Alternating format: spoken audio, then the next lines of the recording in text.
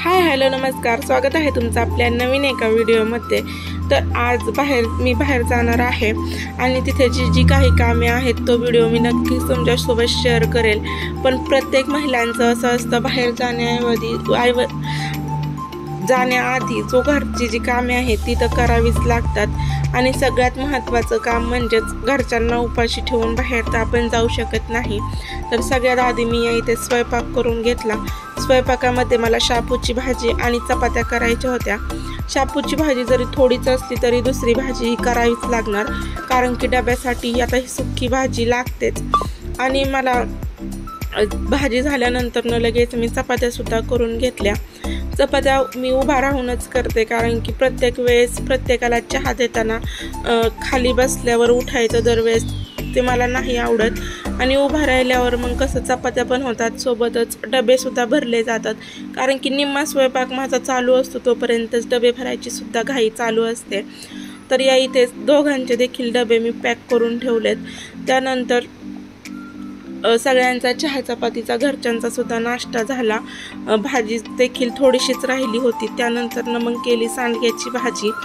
आता बाहेर जायचं म्हटलं तर घरातली कामं अर्थातच वाढतातच। ते असतंच की आपण जरी पटपट ती कामे करायची म्हटलं तरी घरची कामे ही वाढतात। त्यानंतर मग सांडग्याची भाजी करून घेतली आणि भाकरी करायच्या बाकी होत्या, पण सासूबाईंनी भाकरी केल्या तोपर्यंत दूध शेगडीवर मस्त असं तापलेलं होतं। आणि हे पाहू शकता, लाल मिरची केली होती घरीच। ती देखील जी लाल मिरची आहे ती आणि लसूण ठेचून पाट्यावर वाटून त्याची छान अशी मिरची ही तयार केली होती, जी आपण भाजी नसली तरी ती खायलाही खूप छान लागते चपाती भाकरीसोबत। सासरे देखील पंढरपूरवरून आले होते, तर त्यांनी तिथला प्रसाद किंवा साईसाठी बराचसा खाऊ आणला होता। तसेच साईला आता भरपूर अशी खेळणी आहेत, तरी देखील छोटी छोटी अशी त्यांनी 3 ते 4 खेळणी देखील आणली।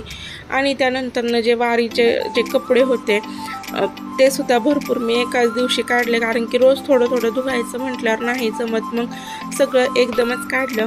आणि त्यानंतर जायचं होतं माहेरी, वर्षश्राद्ध होतं तिथे, त्यांचं वर्षश्राद्ध होतं। तर त्यांचे जे कार्यालय आहे त्या कार्यालयातच त्यांनी कीर्तनाचा कार्यक्रम ठेवला होता आणि जी वर्षश्राद्धाची पूजा होती ती त्यांनी घरी केली। अक्षय महाराज उगले यांचं हे कीर्तन होतं आणि हे महाराज नगरच्या साईडचे आहेत, त्यांनी खूप छान पद्धतीने कीर्तन पार पाडलं। वडील जर अचानक निघून गेले, म्हातारा जर अचानक निघून गेला,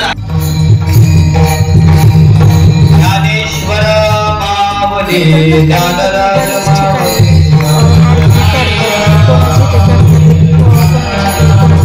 मावले ज्ञानेश्वर बऱ्याच जणांची आरती होते, जी घरची मंडळी असतात त्यांच्याकडून ही आरती केली जाते। तर मी एकदा अशीच कमी वाचली होती की आमच्या इकडे आरती केली जात नाही, पण बऱ्याचशा भागात कीर्तन संपल्यानंतर आरती ही करतात। त्यानंतर जो वर्षश्राद्धाचा प्रसाद होता किंवा जेवण म्हणा ते जेवलं आणि बाकीच्या कामांना सुरुवात केली। काम म्हणजे काय, तर जे आपली आता जी योजना आली आहे त्यासाठी लागणारे कागदपत्र म्हणा किंवा बाहेर गेल्यानंतर बरेचशी कामे आपली होतात, जसं की माझी चुलती आजारी होती त्यांना भेटायला गेलो आणि पावसाने देखील सुरुवात केलीच होती। सोबतच जी कागदपत्रे मला घ्यायची होती त्यासाठी सुद्धा मी भरपूर वेळ लाईनीत थांबले, कारण की आता माही सेवा केंद्रात भरपूर अशी गर्दी ही होतेच। तर आणि तिथे गेलं की पूर्ण दिवस हा जातोच, त्यामुळे मग मी आदल्या दिवशीच ती कागदपत्र आणून ठेवली होती। फॉर्म वगैरे तिथे सबमिट केला आणि दुसऱ्या दिवशी सकाळी लवकर तिथं मग जाऊन जे काम होतं ते करून घेतलं। आणि बरेचशी आपली कागदपत्र ही माहेरीच असतात, जसं की रेशन कार्डावरचं नाव कमी करणं किंवा शाळेचा दाखला आणणं। तर बरीचशी कामे आता त्यानिमित्तानं मुलींनासुद्धा माहेरी जायला भेटतात।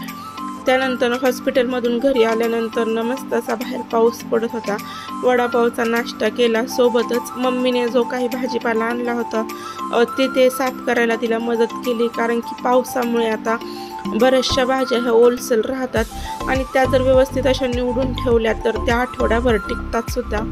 दुसऱ्या दिवशी गुरुपौर्णिमा होती आणि गुरुपौर्णिमा ही सगळ्यात मोठी पौर्णिमा मानली जाते। तसं बघायला गेलं तर प्रत्येक पौर्णिमा ही मोठीच असते, पण गुरुपौर्णिमेला खूप मोठं असं स्थान आहे. तर छान अशी देवीची देखील पूजा केली होती. सकाळी जाऊन मंदिरात देवीचं दर्शन घेतलं. मंदिरात सकाळी गेल्यानंतर खूप असं प्रसन्न वाटतं आणि त्याच दिवशी तिथलं गावबाहेर सुद्धा होतं. गावबाहेर आषाढ किंवा श्रावण महिन्यात त्या गावाचं असतं, पण गुरुपौर्णिमेच्या दिवशीपासून या देवीच्या यात्रेला सुरुवात होते आणि त्याच दिवशी त्यांनी गावबाहेर देखील ठेवलं होतं.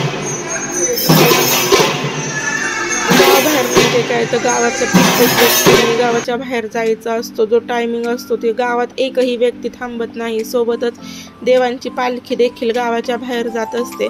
घरी आल्यावर मम्मीने गरमागरम असा पराठ्याचा नाश्ता केला होता.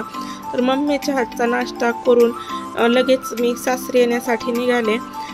तर एक दिवसासाठी का होईना धावपळीचं माहेरपण हे झालंच, कारण की भरपूर अशी धावपळ झाली. जी कामे होती ती करून घेतली आणि सोबतच ताईला त्याच्या मामाने दिलेला हा खाऊ.